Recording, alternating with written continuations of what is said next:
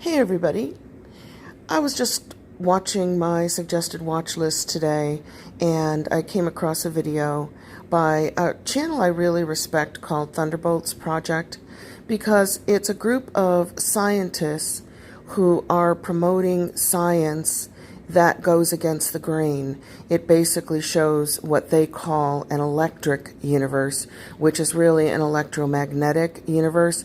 And they do talk about magnetism, but they kind of throw that on the side as like a byproduct of the electricity in our universe. And it's kind of interesting. If you watch a lot of their videos, you can see how there is no need for black holes or dark matter and things like that if every single object, planet, galaxy, even a human being is made up of an electromagnetic toroidal field.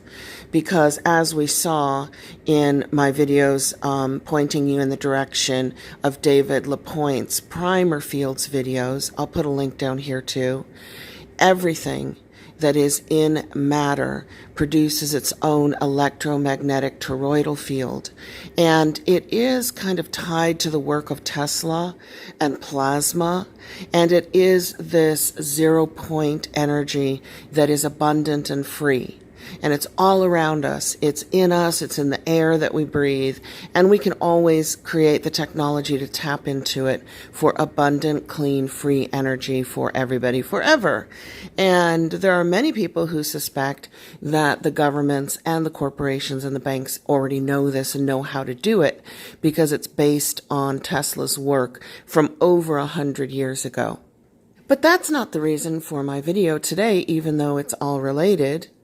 Because they put out a video today at Thunderbolts Project kind of talking about that NASA press release from late 2016. I also did a video on that, I'll put that in the description below, which confirms that there is a very high likelihood that there is a very large planet out there past Neptune.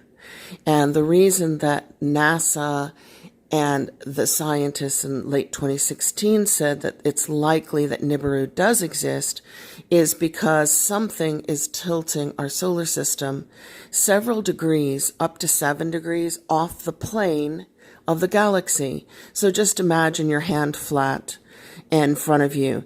That is the galaxy now tilted up a little bit. That's the tilt of the solar system. And technically that can't happen. If we are a part of the galaxy and we are in the galaxy, we should be leveling out at the exact same plane that the galaxy has. Of course, there's also those who talk about the University of Virginia and University of Massachusetts studies, infrared studies of the Milky Way galaxy, which indicated that our solar system is actually its own little galaxy. They're calling it the Sagittarius dwarf galaxy that we're on, and that it was gobbled up by the much larger Milky Way galaxy somewhere in our very, very distant past. Now, of course, that would also explain our solar system being off of the plane of the Milky Way galaxy. In the recent years, there is an ongoing debate about the possible existence of a relatively large planet in the solar system outside the orbit of Neptune, so let's take a look at it in some more detail. Now, of course, there are some pretty radical hypotheses with regards to that, involving the so-called Planet X, Nibiru, or even the binary companion of the Sun called Nemesis and such. But I won't be focusing on these, as to me a lot of it seems too controversial and based on little evidence. I haven't yet seen any coherent and conclusive research done into these, though if you are aware of it, please let me know. Instead, I wish to focus on the most recent installment, involving the so-called Planet 9, proposed by Batygin and Brown in 2016. And in particular, we'll take a look at their recent paper published in February.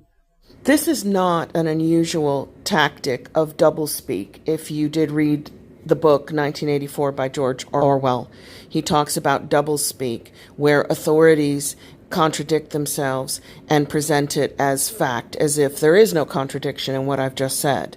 So basically, in one breath, this mainstream scientist just said, there is no evidence for Nibiru, Planet X, or Nemesis because that's too controversial. But there is evidence for this new Planet 9, which used to be Pluto, but Pluto was downgraded. So now we've made room for Nemesis, Nibiru, and Planet X to be called Planet 9. Of course, the ideas that such an object might exist are not really new. Essentially, right after the discovery of Neptune in 1846, some people have hypothesized that other distant planets might also be somewhere out there. Eventually, in 1930, Pluto was discovered, but it was smaller than expected, so people weren't really satisfied and continued the search of larger bodies. And what's really interesting is that for decades, I can remember from my childhood in the 70s, there were conspiracy theorists, before they were called truthers, saying that planet Nibiru is out there and it's very large and it's coming closer to Earth. And when it does so, on its elliptical path, it could upset the magnetic North Pole. And it could possibly even flip the poles. We don't know. But it existed. And I think they based that largely on the Sumerian clay tablets, the cuneiform 150,000 over 150,000 clay tablets written in the first known written language that we have, cuneiform. And that was, originally they said 6,500 years ago, which was right after the time of the last flood, and possibly the last pole shift. Noah's flood, which is based on the Sumerian clay tablet story of the Epic of Gilgamesh. And now they're dating those cuneiform tablets to between 3,000 and 4,000 years ago. So they've changed that for some reason. But I'm sure they have a very good reason. And my point being that all the scientists are willing to call this very large planet coming closer to Earth now in its elliptical orbit ninth planet, because they demoted Pluto from that position. It used to be called Planet 10, but the one thing they will not call it is Nibiru. And I think the reason that mainstream science will not call it Nibiru and say, hey guys, all those conspiracy theorists were right. There is a very large planet out there, and it might be coming closer to Earth on its long elliptical path. And I think the only reason they won't do that is because they don't want to get people used to the idea that conspiracy theories are true. And I think that's why they didn't make a big deal out of the fact that the FOIA documents that were released concerning the JF Kennedy death showed that he was shot 3 times, meaning from 3 different directions, meaning there were multiple shooters. Not just one man standing in the book depository building, as they claimed for over 50 years. And they knew that at the time because they could examine the wounds on the president and know that he was shot by multiple people from multiple directions. And they just quietly released that, 50 years later, and nobody makes a big deal of it because they don't want people to think, aha, you see, another conspiracy theory that wound up being true. So there is a lot of truth in conspiracy theories. And of course, there's going to be a lot of false conspiracy theories too, because nobody's perfect. But when a conspiracy theory like this, like Planet Nibiru actually existing, is proven to be true by scientists, they quickly name it something else. Just to make sure that you don't believe the truthers out there. But we know, because we're in the truther camp, we're in the truther community. We're also in the ascension camp and the spiritual community. So we've got our feet in the best possible camps right now to decipher the truth for ourselves and really not care what they call this planet. But for the masses and the public that might not yet be awake, it does kind of matter. And this is an obvious way that they keep control of the narrative of what's happening around us. And this is part of the veil that we're opening to people, because somehow it seems that when people become aware of conspiracy theories being true, it opens their eyes and sets them down a different rabbit hole path that eventually leads to where we got to with ascension, atonement, metaphysics, and spirituality. It somehow tends to open our eyes further than just the factual information that we're discovering along the way. And perhaps the most interesting thing is that it is almost exactly the direction of the interstellar plasma wind that's ramming into the solar system, moving in a direction with a longitude of 75 degrees. I've indicated it with a purple arrow. Yet this is not all there is. The ecliptic plane, which is roughly the plane of motion of planets, crosses the solar equator at exactly the same line with a longitude of 75 degrees. We cross that line each year roughly on December 6th and June 6th, and during the December crossing we observe the so-called helium cone, the flux of neutral helium from the interstellar wind that is getting focused by gravitational attraction from the Sun.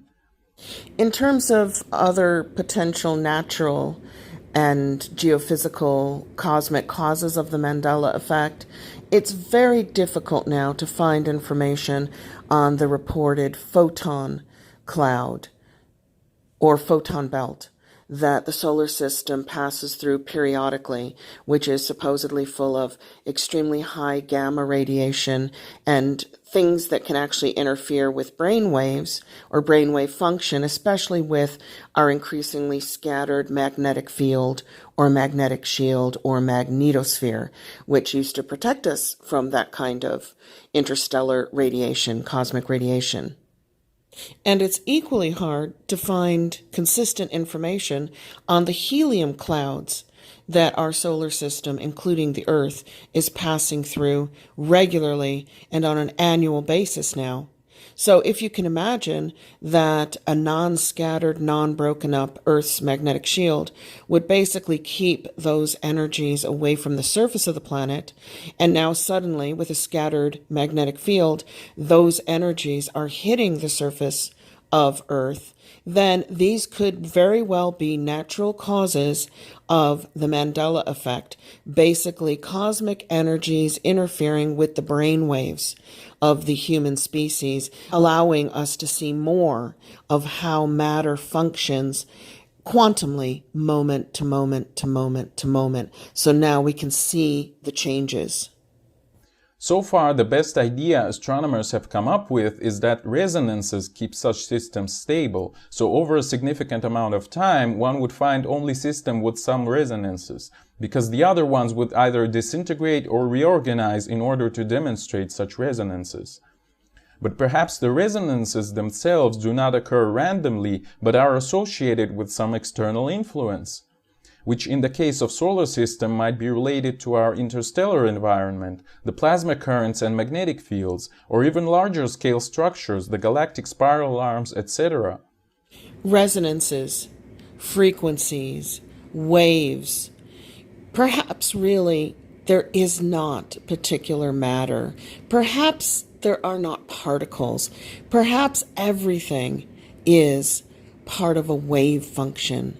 And our consciousness interprets certain waves as hard particulate matter and interprets other waves as soft flowing non-material plasma like light and heat and thoughts and feelings.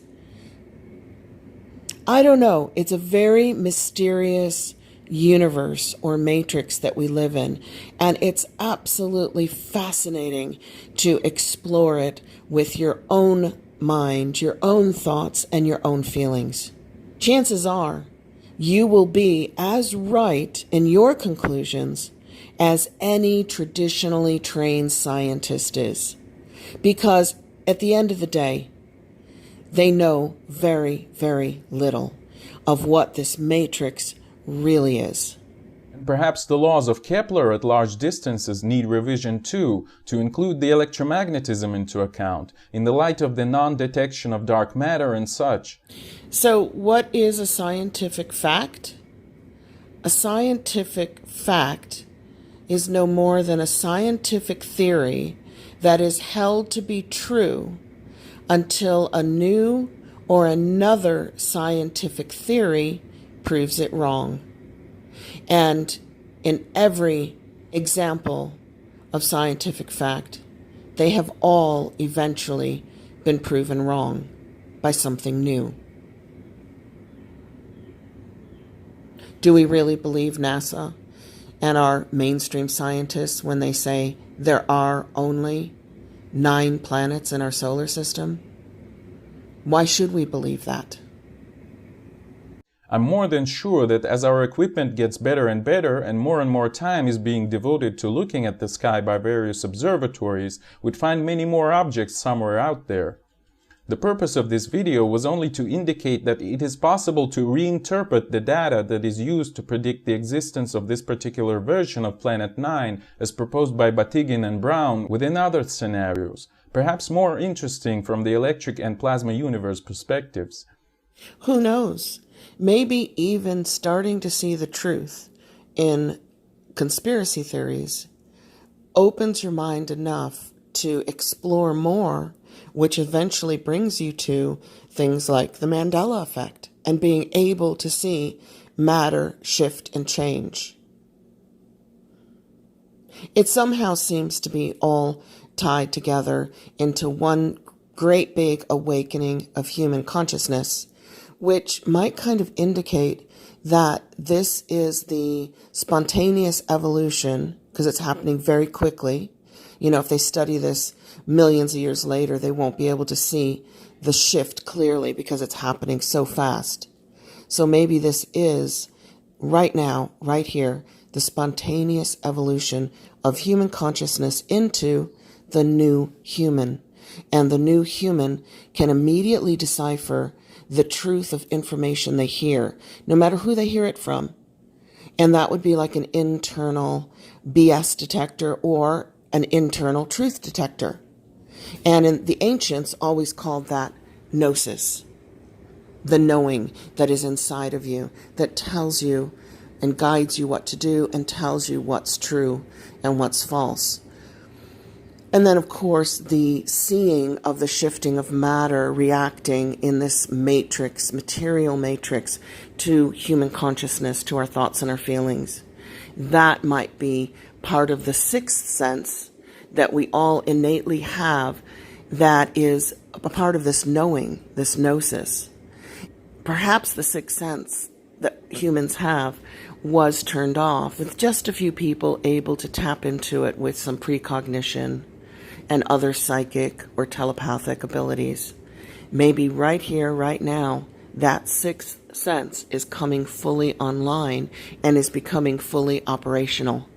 So I guess one of the most important things to remember is that if your mind and your heart controls the matter and the matrix around you, just try to think good, beautiful, healthy, cooperative, compassionate thoughts, which will give you healthy, cooperative, compassionate feelings, and that should guide your actions into the cooperative, compassionate side and create not only a better world for you and your family, your neighbors, your loved ones, and your colleagues, but it also creates a better world for all of us.